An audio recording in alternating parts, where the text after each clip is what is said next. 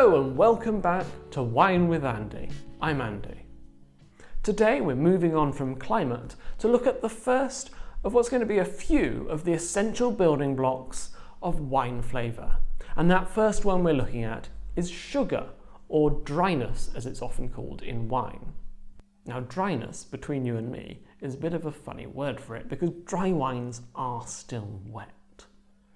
But never mind, what we're really talking about is sugar, or in really scientific terms, the grams per litre of wine of sugar there is in the wine when you drink it.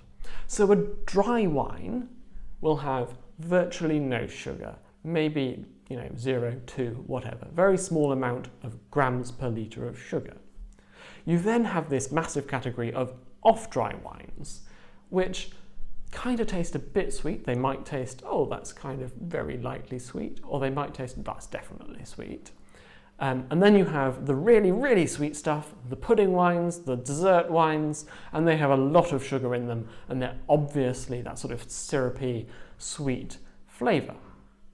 Now, we're going to be trying an off-dry wine today. I asked you to go out and buy one dry Riesling from France, from Germany or from Austria, and one off-dry Riesling from Germany. So those are the two wines we're going to be comparing. And there's a little bit more information, as always, in the description down below on the wines that I've got here, and in general the wines that you need for this episode. Now let's stop and think about this idea of dryness in wine a little bit more. Now, there's a lot of people who say, oh no, I like dry wines, not sweet wines. Oh no, not those. But maybe that's a little bit because there's this association of off-dry wines with something a bit naff. I don't really know where it's come from, maybe from the sort of memory of Blue Nun and sort of sweet, cheap German wines. But actually, off-dry wine can be absolutely delicious and can match perfectly with what you're eating. So don't discard it based on this sort of vague idea that it's not fashionable. And actually a lot of those people, in their actual drinking preferences, will like wine that has a little bit of sugar in it. Because sugar softens the flavours of a wine a little bit. It actually makes it a bit more easy to drink. By including a little bit of sugar, you can also mask some of the more chemically off flavours that you maybe get more in cheaper wine. So a lot of quite cheap wine will have a little bit of sugar in it to help smooth things out, make it a bit more palatable. Now the wines I've asked you to buy in the sort of £7 to £10 mark, that's not why the sugar's there. The sugar is there in wines at that price point because it's been chosen to be put there by the winemaker. It's a deliberate choice to deliver a style of wine that they want. So let's get on to trying these. I've got my two wine glasses that are identical, so that the only thing that's going to be different is the wine inside it. And I've got my 2 bottles of wine. Now, this is the German off-dry wine. I'm going to pour this one in my left-hand glass. And this one is my other wine. This one is from France, from the Alsace wine region. And I'm going to pour it in my right-hand glass. Okay, let's just turn that around so you can see it. So, let's give these a bit of a compare. First step, let's look at the colour.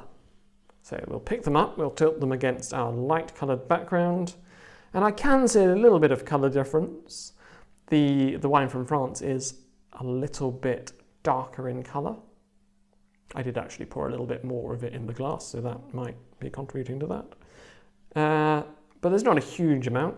It's the same basic colour, and we'd expect the same basic colour because they're the same grape variety. I can see on the German one, there's a little bit of bubbles going on here, little tiny bubbles sort of attaching themselves to the bottom of the glass. And that's something we call spritz in wine. It happens when the carbon dioxide that's formed as a part of the fermentation process isn't completely got rid of out of the wine before bottling. You see it more with screw cap wines than with corked wines because the corks are a little bit porous, so they allow that pressure to release a little bit. But with screw cap wines, you do sometimes get this little sort of spritz, and you'll probably feel that in the mouth as well if you've got it. We'll get to that in a little bit. So let's have a sniff. I'll pick up my German wine and give it a sniff. Okay, so I've got green fruit. It's definitely sort of fresh apples. Not a lot else at the moment. My wines are a little bit cold still. I don't know about you. I should have remembered to take them out of the fridge a little bit earlier. Of course, you'll remember from the first episode that the cold of the fridge actually dulls the flavours a little bit. So if you've not allowed them to warm up, you might not be smelling too much just to start with. You can, of course, warm them up in the glass in your hand just by cradling it like that and sort of waiting for it to warm up a little bit. Or you can leave it for a bit and come back to it. But yes, apple. Next wine. I'll move over to the French one and give that a sniff.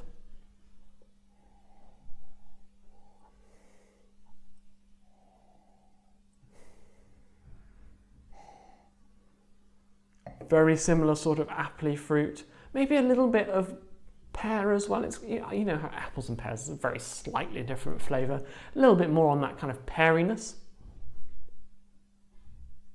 Okay, next step is to swirl and sniff. So I'll give this one a swirl.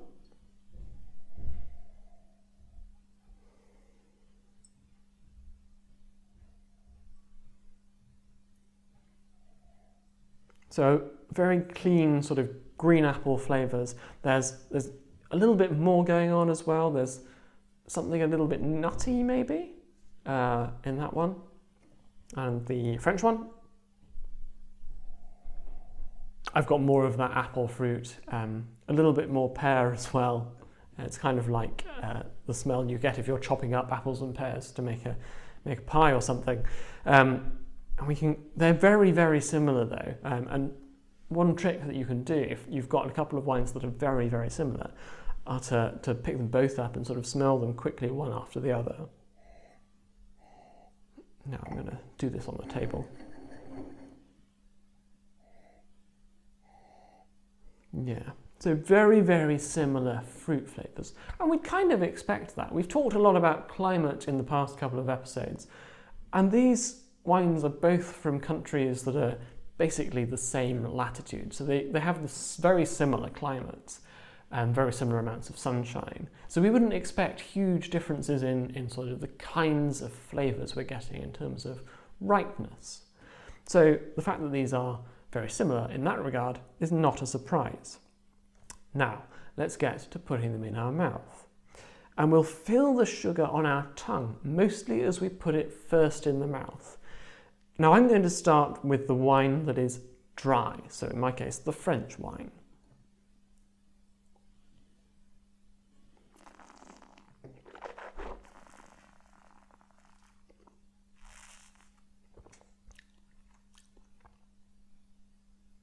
Okay, so it's going through our little checklist of things that we can taste in the mouth. Sugar, not really, I can't taste very much. There might actually be a tiny bit of sugar in this one. Remember how I said that you can have a little tiny bit of sugar in a dry wine? I think there's a little bit of that there. And then more of that really delicious crisp apple and pear flavour. The acid is a high acid. Riesling is known as a high acid kind of a grape, and I can really feel the acid tingling on my tongue. Actually, another cool test you can do with acid is the dribble test, which is where you take a mouthful of the wine and then hold it in your mouth for a little bit and then swallow and then see how much you salivate.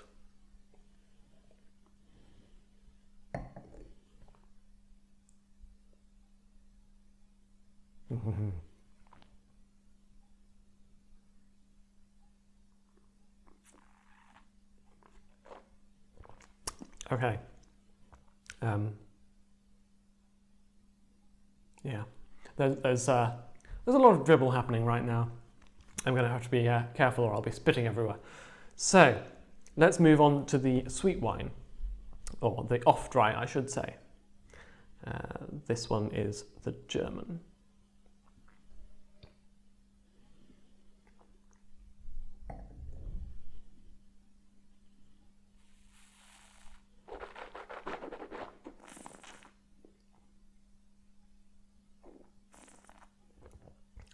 So right away, as I put that in my mouth, I can feel the sugar on the tip of my tongue. I can just taste that sweetness. It's got similar acid, but it feels lower because of that sugar, because of the softening effect of that sugar. And it has very low alcohol. There's no burn on the back of the throat as well. I couldn't really feel much alcohol on the French one either. Now, I mentioned the spritz before. I can really feel that in my mouth. And this is a bit of a luck of the draw thing. If your wine has this as well, you'll be able to see these little bubbles, as I mentioned earlier. But you can really feel that kind of prickling on the tongue, like you get with if you drink sparkling wine or sparkling water, that kind of slightly prickling sensation. This is very, very light because it's only tiny, tiny little bubbles there. But you can feel that kind of prickling on your tongue. And it can be a deliberate choice to sort of lift the wine a little bit, make it that little bit lighter. And it really does work very well with the sugar in this wine. So the other thing to really be careful of with sugar in wine is balance. We haven't talked about balance yet, but the idea of balance is that all of the flavours and the attributes of the wine should be very carefully balanced so that nothing really sticks out a long way. It doesn't feel really alcoholic or really sugary or really acidic. You want to have that balance so that it is a nice whole. And if I just take another sip of the German off-dry wine here.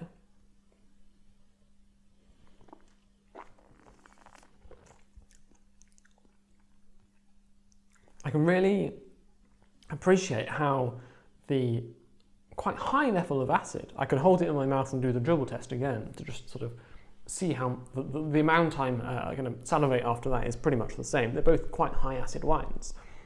I can feel it a lot less though here, and that acid is balancing out the sugar, and it's really mixing very well with the flavour as well, that kind of appley flavour that I was getting. And the final thing to notice with balance is on the finish. So I can still taste this going on as I'm speaking to you now. It's got a long finish, but critically, it's the nature of that finish. It finishes with a kind of dry flavour, like I've just eaten a crisp slice of apple. It's not cloyingly sweet, which tells me that this wine is actually well balanced, that you've got enough sugar to match the acid, or enough acid to match the sugar. The two are in proportion. You can find with some wine that is not quite so well made that the sugar is out of proportion, and you will find that after you've swallowed the wine, you have this sort of cloyingly sugary sensation in your mouth. And that's a sign that it's not in balance. It's a not as good quality wine. Now, I mentioned before about wine that is off-dry going really well with some foods. Now, you might have noticed I've got a couple of tiny little pots of popcorn here.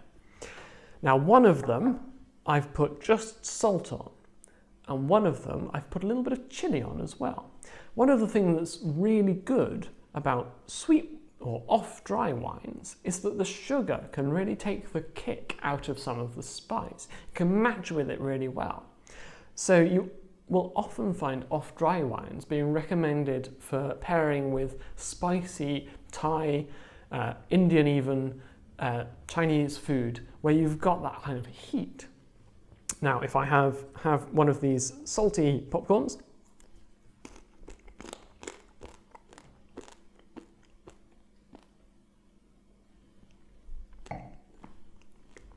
okay, I've got a bit of a baseline there. I'll try it with the other wine as well.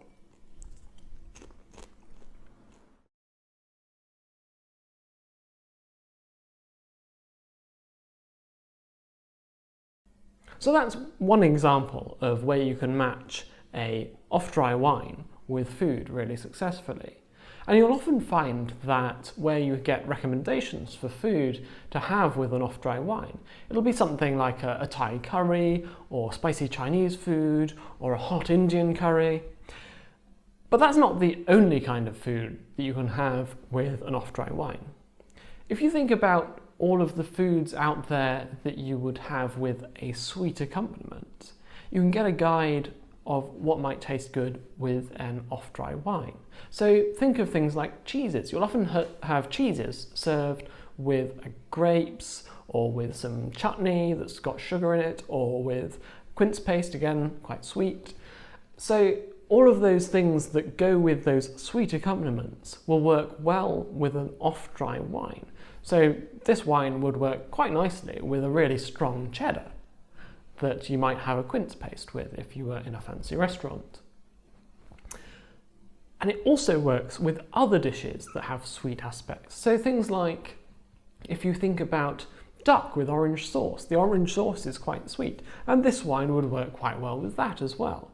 You don't get the effect of the tannins tenderizing the meat, but there's absolutely not a rule that you can't drink white wine with darker meats. And in the case of duck with orange sauce, this would go perfectly with it.